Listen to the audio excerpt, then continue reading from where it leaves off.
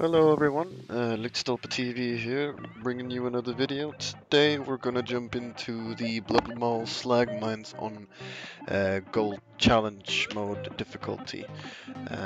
Gonna be running with the same group as we did in the Shadow Moon Burial Grounds video, consisting of Hunter, Warrior Tank, Resto Druid, Elemental Shaman, and myself as Combat Rogue.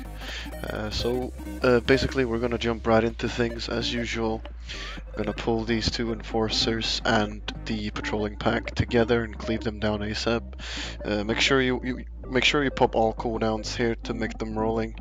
To get them down as fast as possible. Make sure you stay out of the crush that the big guys are doing, because they one-shot you unless you have some kind of immunity or out, such as cheat death and such. Moving on to this next pack here with the Geomancer, you want to have one interrupter on the Geomancer and then one on the other caster mob that I can't really remember the name of, because that guy does Subjugate and the Geomancer does Stone Bulwark, and the Stone Bulwark absorbs a hell of a lot of damage unless interrupted. So if you let the cost go through, you're going to have to purge it, or you're going to waste a whole bunch of time. Same with the Subjugate, you kind of want to interrupt that so you don't get stunned for 10 seconds, which is also a really big waste of time. So what we did here was we had like the Warrior, Hunter and Shaman go on the Subjugator while I just soloed the Geomancer and prevented the shield. It worked out for us. Just find out whatever works for you in your personal group. Just go from there. We continue down here. We're gonna go to the fire boss first. We felt like this would be like not the easiest way to do it, I don't suppose, but you know, like get the worst out of the way, so to speak. So we're getting these slavers really quickly. You can pull these together if you want as well, the two closest ones. I'm not entirely sure why we didn't pull them together, but it's not really that big of a deal. Once we get those down, we're going to be running into the gauntlet that we have up ahead, that everyone is probably very familiar with. It's a nightmarish place even on heroic and normal. In my honest opinion, there's so many mobs, it's really hard for any tank really, especially a warrior tank, to pick everything up properly so you don't over aggro. And on CMs the mobs does a lot of damage, so if you over aggro you're pretty much dead. You're gonna have to reset the whole instance. But here we managed to get a clean pull, let the warrior tank pick up everything properly. We get all the way to the Magma Lord, and you want to be interrupting as many fireballs as you possibly can, unless you have a warrior tank like us, which can spell reflect and stuff like that for additional damage instead. But if you don't have one of those, you want to rotate interrupting fireballs as much as you can and avoid all the fire, tornado, cyclone thingies, because they also do quite a lot of damage. And yeah, just stay very, very, very careful, like overall on this gauntlet fire type thingy phase, because there's mobs everywhere and they spawn all these small mobs as well, and if you cleave and the warrior doesn't have aggro on them, you get hit for like 20k per each mob. Like those small ones, they all add up, so make sure the warrior has, oh sorry, no, well the tank overall has aggro before you like go all in, so to speak. On this pack you want to be killing the warder first. He has a fear. So me and the Hunter decide to roll interrupts on this guy. However, he only gets to cost one cost, so it's not that big of a deal. And then you want to go on the Magma Binder and the Ogre Mage afterwards, interrupt as many costs as you can. Preferably don't let the Fury thingy go through, because then they will have protection against interrupts. But yeah, interrupt some Lava Bursts, some Molten Bindings, just to prevent some damage on the tank. They do shit tons of damage. As you can see, our healer is already here from the whole gauntlet, which is understandable, so we let him drink a little bit before we pull the boss. The boss is pretty standard, it's straightforward fight. I do believe that it's completely the same as on heroic difficulty, only with more damage, of course, as in every CM. Just keep dodging the barrage and kill the ads. Remember to pre-pot since you get out of combat properly for this fight to gain a few extra seconds. Kill the ads as well.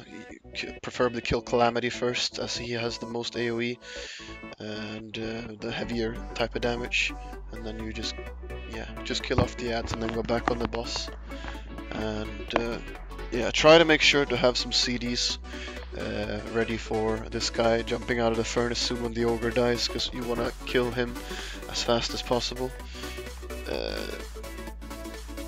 Yeah, I don't think there's really much else to mention. The slag smash, if you're melee, just run out of that and stay clear of it, because it does stun and it's somewhat of a time waste if you get stunned by it. And I'm not sure how much damage it does because I didn't get hit by it here on CM, but it probably does a whole bunch of damage as well, so there's no reason to soak it really. Just run out quickly and sprint or shadow step back in if you're a rogue. In this phase the ads keep spawning as well, but I do believe we don't really pay much attention to them. As our healer said, he could pretty much out-heal most of the damage done in this phase, so we kind of just focus all of our attention on the boss.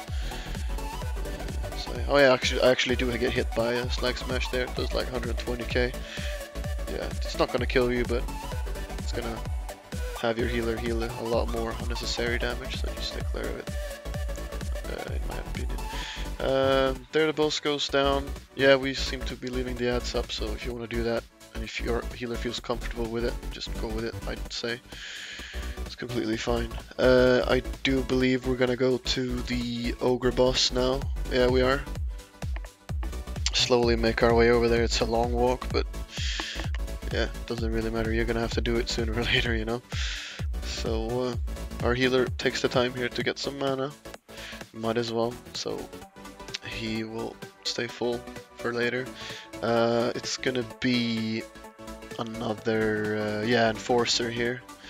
Same as I mentioned at the start of the video, make sure you stay clear of his crush ability, as it does one-shot you. I'm pretty sure it one-shots any type of DPS. Maybe you can survive it as a tank, I'm not sure, but it does a whole bunch of damage, so just stay clear of it. And just cleave down the slavers with him. And yeah.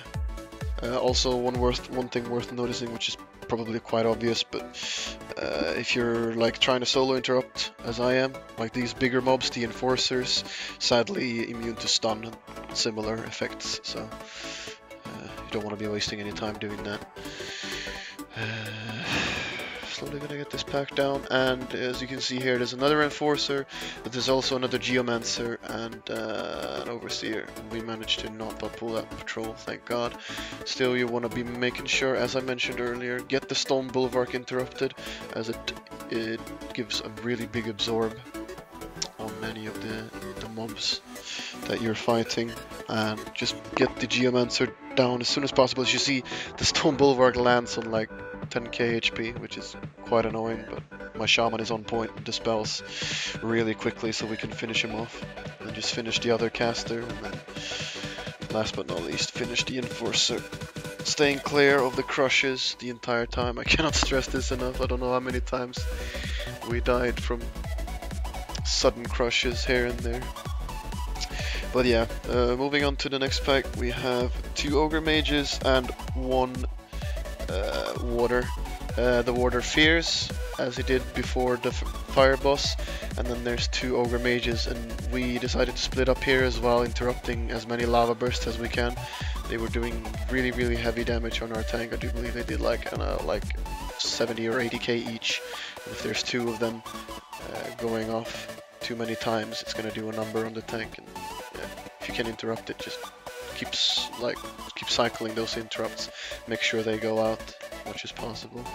Another 2 warders before the boss, same thing here. You don't want to get feared and accidentally pull the boss, so we split up interrupting here as well. I take the right one and the rest of the group take the left one, and we just cleave him down. Standard procedure. Yeah, they're just slowly dying.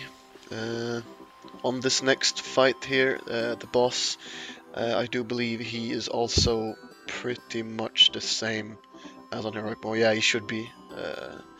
he spawns the ads on heroic as well. So I do believe the tactics will be exactly the same. I don't know what I was doing here. I do believe I was trying to play Hunter and Tricks of the Trade pull for the tank. Oh wait, no, yeah, I remember now. Our tank actually DC'd here. That's what happened. Yeah, he did the timer on Mumble, and then we were like, well, aren't you gonna pull? And it's like, oh shit, DC'd. So that's why he's just standing there doing nothing. Luckily, we didn't get hurt too much by it. I didn't die, thank God. So the tricks and the misdirect went through from me and the Hunter. So our tank managed to maintain aggro while he logged back into the game. So we just trying to make the best of it, not eating the earth crushes, because they will stun you and do a shit ton of damage, and just cleave the ads down. As you can see, our tank is moving now, so he's finally back into the game. It's a little bit scary, but you know, things like that, they happen. Keep interrupting the ferocious yell as well is really important, as it does a whole bunch of damage. Yeah, other than that, I don't think there's much to talk about really. As I said, the fight is pretty much straightforward, the same as on heroic.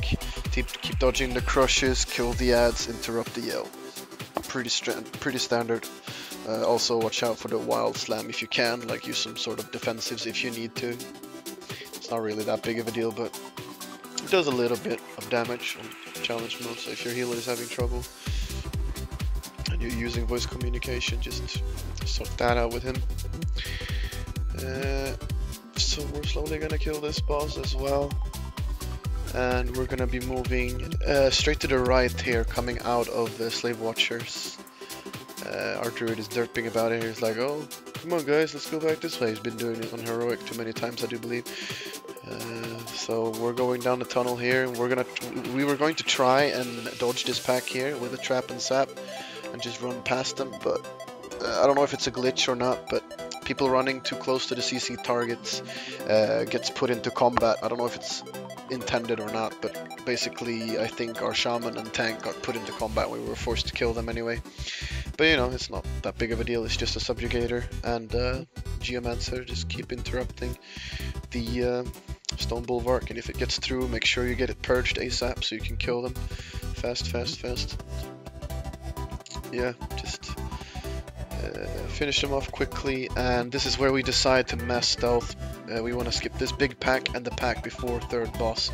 So I'm standing here counting down, and we get the druid shout thingy that increases movement speed to really use the full potential of the mass stealth. So we get past the pack we started at, and this pack in the middle, and go straight for the boss, which is really huge because we're not really that short on the mob timer. So we know we'll make it with this. So we just run straight to the third boss, pre-pot, all that good stuff as usual. This fight is also similar to heroic, I do believe. I'm not entirely sure if the fiery boulder one-shots or not, but it does a whole bunch of damage as everything else, of course.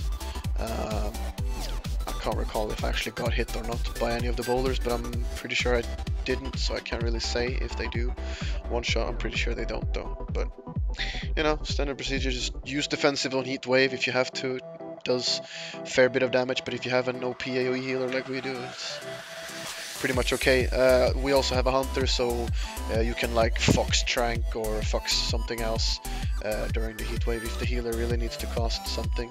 So just coordinate that with voice communication if you have it, which you should. I can't talk. You really should have it when you're doing CM stuff, but just in case you're not, might be worth to use it just for this. So slowly gonna kill this boss as well and keep dodging those fiery balls. Sadly we get another heat wave, so there's a little bit time wasted, but it's okay. We're still pretty good on time. We're like 8 minutes off. Yeah, 8 minutes off gold actually. It's a really good timer for us at this point. We're very excited, and yeah, it's gonna be a round best attempt for sure. So yeah, we're on up to these big mobs here. By themselves, they're not that annoying. They're also stunnable, but they do have this AoE shout that they do. It doesn't have a cost or anything. They do it every 5 or 10 seconds or so, and there's a stomp as well. It does like 50k each.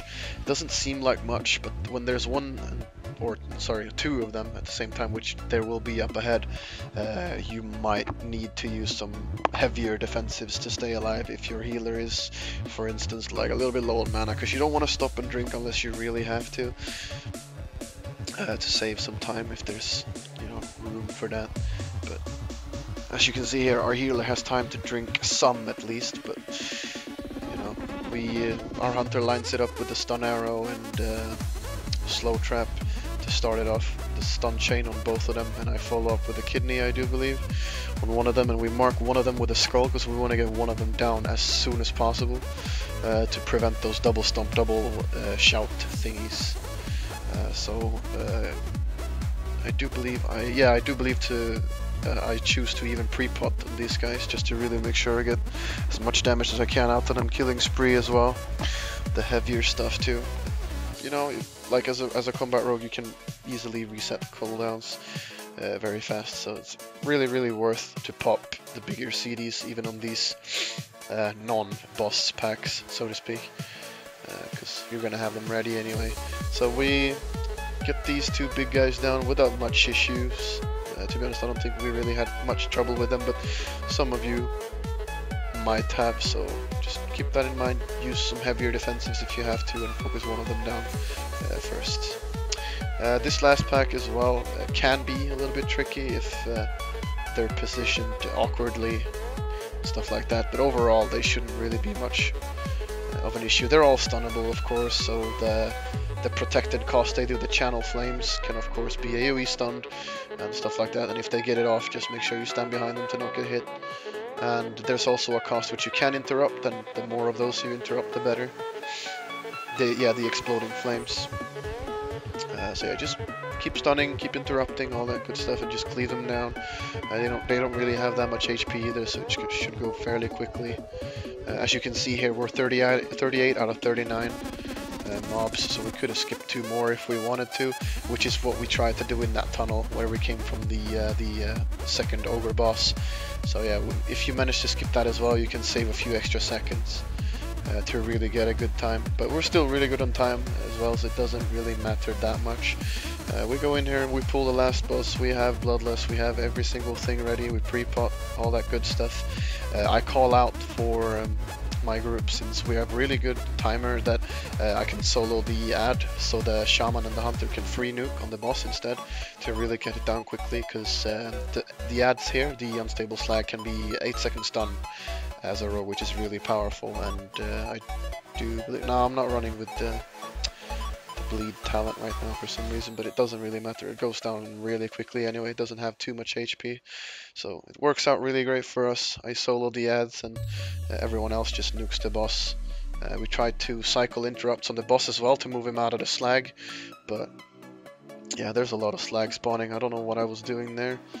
I took a lot of damage from just the one zone. It looked like, at least, it was only one zone, I'm not entirely sure, but anyway, tried to walk between them as much as I can without taking too much damage.